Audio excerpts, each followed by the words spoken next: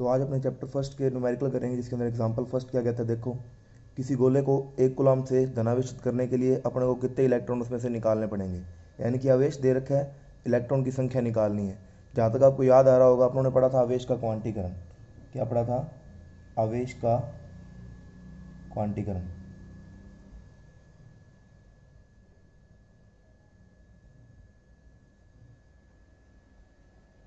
वहाँ आपने चीज़ देखी थी कि जो आवेश होता है वो n/e के बराबर होता है।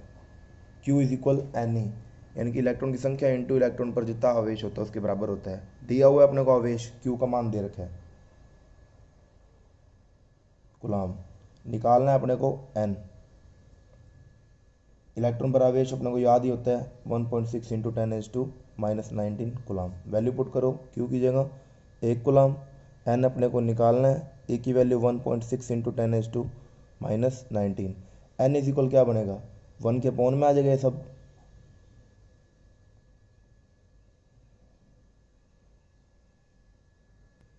टेन की पावर 19 ऊपर गया, क्या बन जाएगा?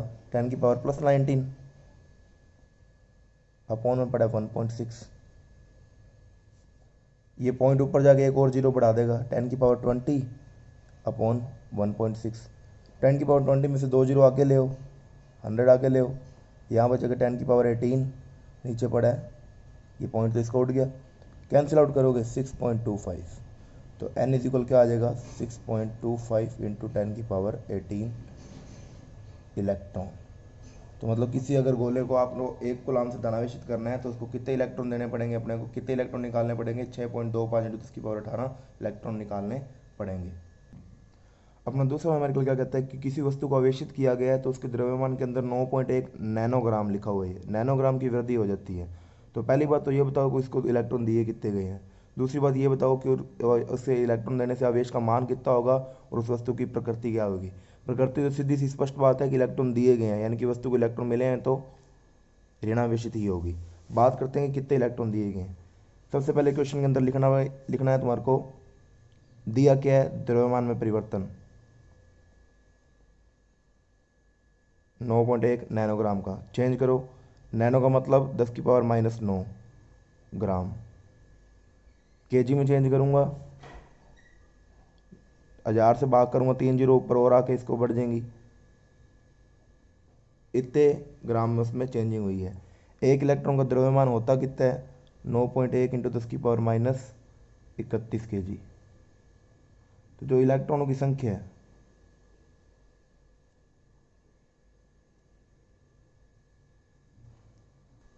वो क्या आएगी? द्रव्यमान में परिवर्तन बटे एक इलेक्ट्रॉन का द्रव्यमान। द्रव्यमान में परिवर्तन कितने का है? 9.1 इंटू 10 की पावर -12 अपॉन में 9.1 इंटू 10 की पावर -31। कैंसिल आउट किया, इलेक्ट्रॉनों की संख्या आ गई 10 की पावर 19 इलेक्ट्रॉन। ये तो आगे अपने पास इलेक्ट्रॉनों की संख्या, पहले क्वेश्चन का आंसर आ गया। अब चाहिए अपने को आवेश का मान। आवेश का मान कैसे आएगा? आवेश के मान के लिए अपने क्वांटीकरण का सूत्र जैसे वहाँ यूज़ किया था, Q इज इक्वल क्या होता है? NE। Q निकालना है, इलेक्ट्रॉन की संख्या पता है, E की वैल्यू याद ही रहनी पड़ेगी तुम्हारे को। 10 की -19 से 10 की +19 कैंसिल हुआ, 1.6 कूलम। तीसरी बात की उसने प्रकृति की। प्रकृति अपने वहीं से देख लेंगे कि इसको इलेक्ट्रॉन दिए गए हैं, द्रव्यमान में वृद्धि हो रही है, यानी कि इलेक्ट्रॉन इस वस्तु को मिल रहे हैं। जिसको पास इलेक्ट्रॉन आएंगे उसकी प्रकृति क्या हो जाएगी? ऋणावेशित।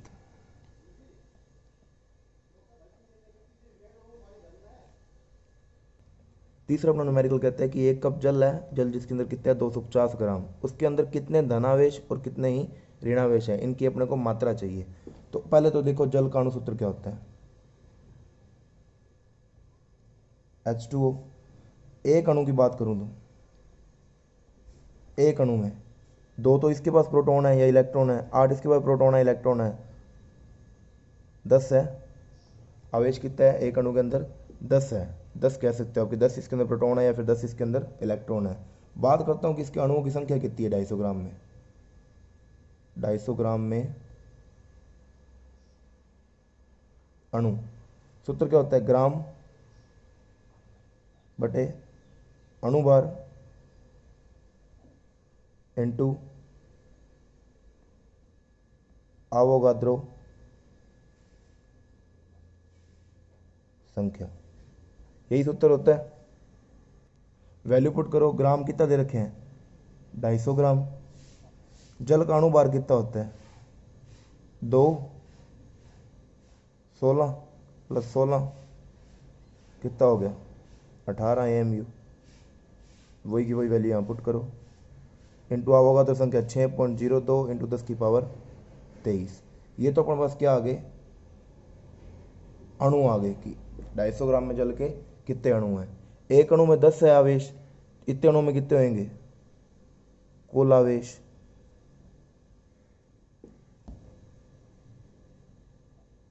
अगर n की बात करूं वो कितना होएगा 10 इंटू अणुओं की संख्या 2 इंटू 10 की पावर 23। ये तो आ गया कुल आवेश। अब अगर अपने को चाहिए आवेश की संख्या, संख्या बोलोगे इसको, अपने को चाहिए आवेश है कितना Q। क्वांटीकरण का सूत्र क्या कहता है Q इज इक्वल एन ई।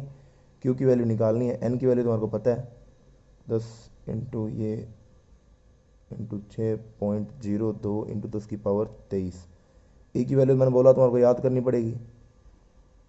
इस पूरे को सॉल्व करोगे, इस पूरे को सॉल्व करने पर Q की वैल्यू आ जाएगी अपनी कितनी 1.337 इंटू 10 की पावर 7 कूलाम, यानी कि उस पर कितना आवेश आएगा 1.337 इंटू 10 की पावर 7 कूलाम। अगला न्यूमेरिकल देखो क्या कहते हैं।